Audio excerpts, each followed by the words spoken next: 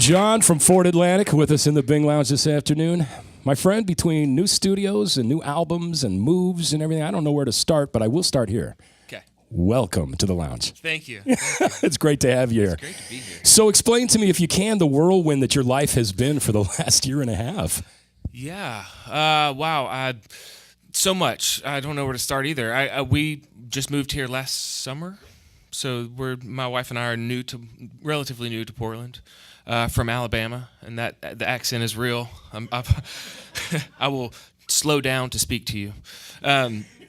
Actually, I'm already speak slowly anyway.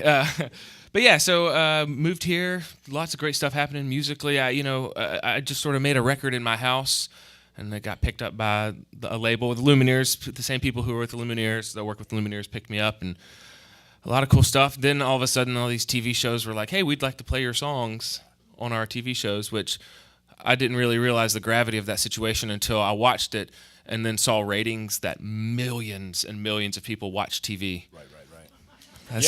There's a few of us. Yeah, that's a scientific fact for you. So, and there's a few of us that go to iTunes after we hear a song on a TV show, don't we? Which is awesome, actually. Yeah, I'll bet it is. So was Alabama home, or was there someone else prior to Birmingham? Well, I grew up in Atlanta. Okay. Just so I was used to that. New York Lights, that song I just played, is actually about my college existence, wanting to get out of this big city and find meaning outside of pavement and buildings. And so I moved to Charleston, South Carolina to chase my girlfriend, who's now my wife. And then we moved to Alabama after that for her job. And, so we decided now was the time if we were going to do this. We don't have kids or anything. So if now is the time, if we want to do something crazy, like move to the West Coast after growing up in the South, it's now. We don't have kids, so let's go. Put the dog in the car, and here we go. So was it like a dartboard on a map? Why stock car country to Birkenstocks and rain? Because I love soccer, and this is my city. Timber fans, right? I mean, that's the situation. It was like I never felt at home in the South, and I have so many wonderful friends there. My family's still there, and I love my friends and family there, but I never felt like culturally I belonged. And then I went to New York, and I'm claustrophobic, so that was out. Austin, I've done heat for my whole life, so I'm done with heat. And I was like, let's try something totally bizarre. Seattle's too much like Atlanta for me, so let's do Portland. Very cool. So how's the role of Portland worked in the music? And you found like-minded souls to get with music? Yeah, it's been great. I found some wonderful people to play music with, and honestly, I can't imagine any of the cities I've lived in that had a radio station that would play my music. And I know that's so, and I mean that in like a positive thing, like thank you, KINK. I mean, this is a huge thing. Like growing up in Atlanta, it was like I grew up listening to REM and all these bands from Atlanta, Indigo Girls, all these people. It's like, this is great. And there's a radio station that played it. And then it kind of just, all that went away.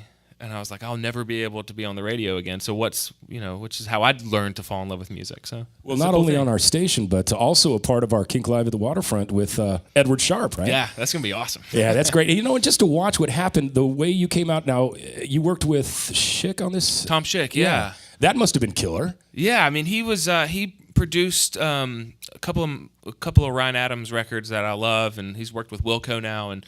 Just a sweet dude, lives in New York. I think he's actually moving to Chicago. I don't know if that's public knowledge. Don't share that. Yeah, nobody's listening, right? But so he's a great dude. He mixed the record, and it was one of those things where you kind of, when you make something, you want validation, but at the same time, you also want to make sure like your heart and soul's into it, and you kind of don't want to care what other people think. But when you get to work with someone like him, you do want to know what he thinks, and for him to be like, you're doing great, just keep doing what you're doing, it was awesome, so. Well, once again, and then the album comes out, and just a little while after that, you're at the Hangout Fest, you're at Bonnaroo. I went to Bonnaroo last year too, but I was like a walking zombie. It was like music from 10 in the morning till 3 the next morning. Yeah. And so that had to have been huge too, not worried about a radio station playing you, but in front of Bonnaroo. Yeah, I was the first band to play Bonnaroo. So on Thursday, so I was like, all these people are, all these people are ready to listen to music. Is the best way to put that.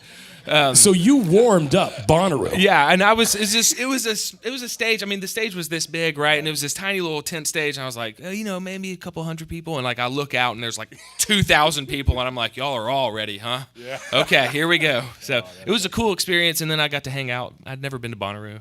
And so it was fun to be there the whole weekend. It was, and it stayed dry for us a little bit, didn't it? Man, it was perfect last year. Did you see Alice Cooper? Yes, but from afar. I had to sit in the back. Were you there? That was the best show. We should have hung. Yeah. We should have hung. We will next time, Yeah, all right? definitely. So once again, they are going to be a part of Kink Live at the Waterfront. Edward Sharpe and the Magnetic Zeros on May 25th. We've got the 26th too, but part of the first day right here. This is John and Fort Atlantic in our Bing Lounge this afternoon. Thank you. Great, thanks. Yeah. I'm going to bring up Nathan Miracle, play some guitar with me.